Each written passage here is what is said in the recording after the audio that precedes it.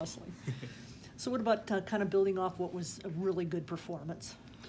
I hope so. Yeah, it was defensively very good. We did a great job on Edwards, and just turning them over. It was things we've been doing throughout the course of the year. So, and then just to get a breakout win and not be in a tight game, and that was a good feeling. To comfortably win a game like that.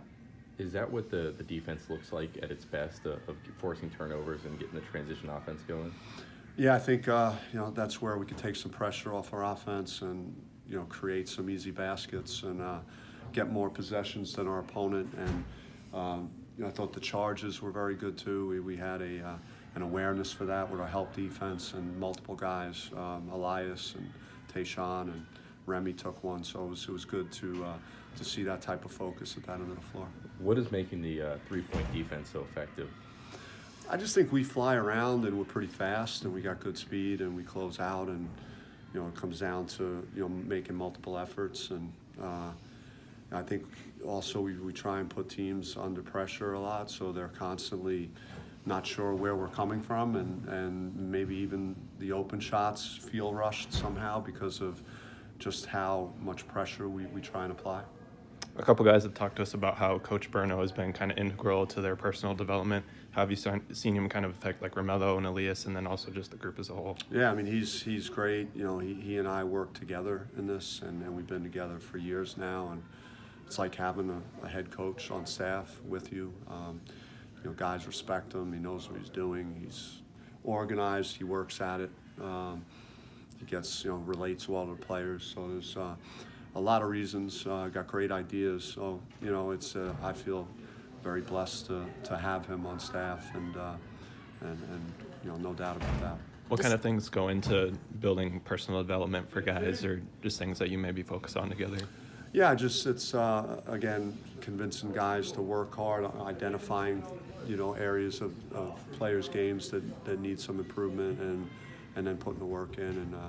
And he works specifically with the front court guys. So a lot of Romello certainly gets a ton of credit for individually investing what he's invested, but Coach Burno is there working with him every day, and also he's kind of my defensive coordinator if I'm more focused on the offense. So I think it says his contributions are significant by how we're defending.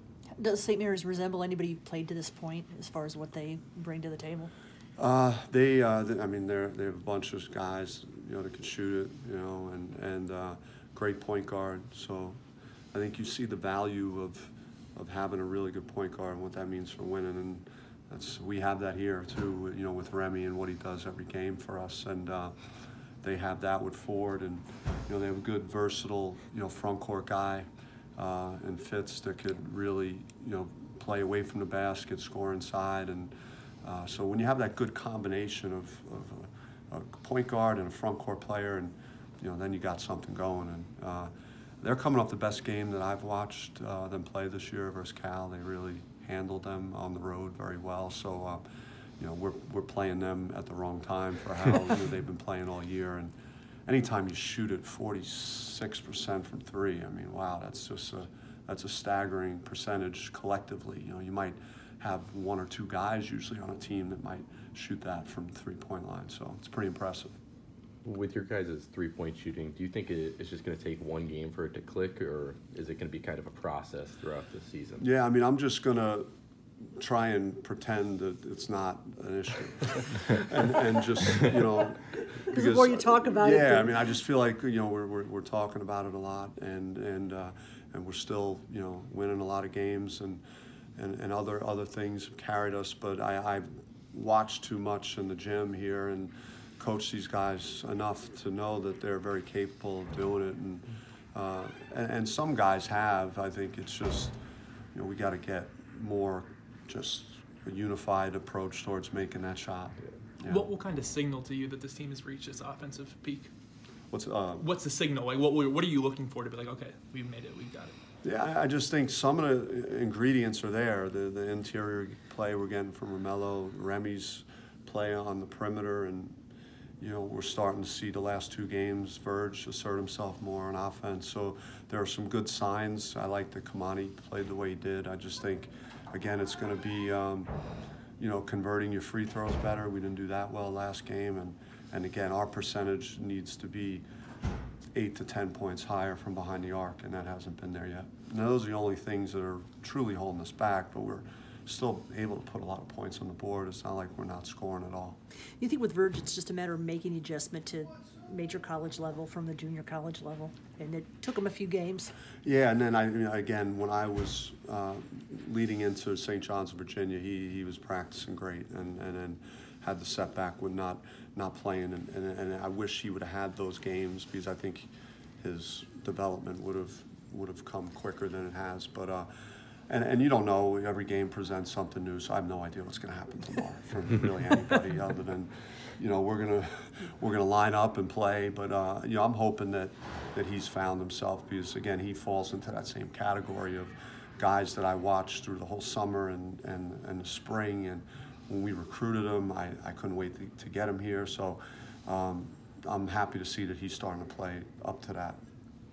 Some guys are really seeing some variable play times and big jumps. How do you feel like they're responding to that? It's going to come down to like who's going well and who takes advantage of the minutes. It's going to be just earned and based on how you perform, and it's good that we have enough guys that we could create that type of environment. But yeah, I'm happy with you know, Cherry was doing some good things in San Francisco and Louisiana and Prairie View to get an opportunity to start, and I'm hoping that he keeps building on that, and then, you know, Khalid Thomas and Elias and Kamani, there's competition at those positions. What happened to Andre Allen? What's his?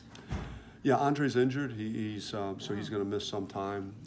He's got hip and a hip flexor issue, and so he's going to miss a couple weeks.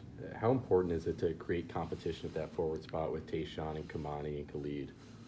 Yeah, I mean, you want them playing together. You want us playing together, but at the same time, there's you know, there's versatility at that spot. Multiple guys that can play, and so there's got to be urgency to take advantage of your minutes.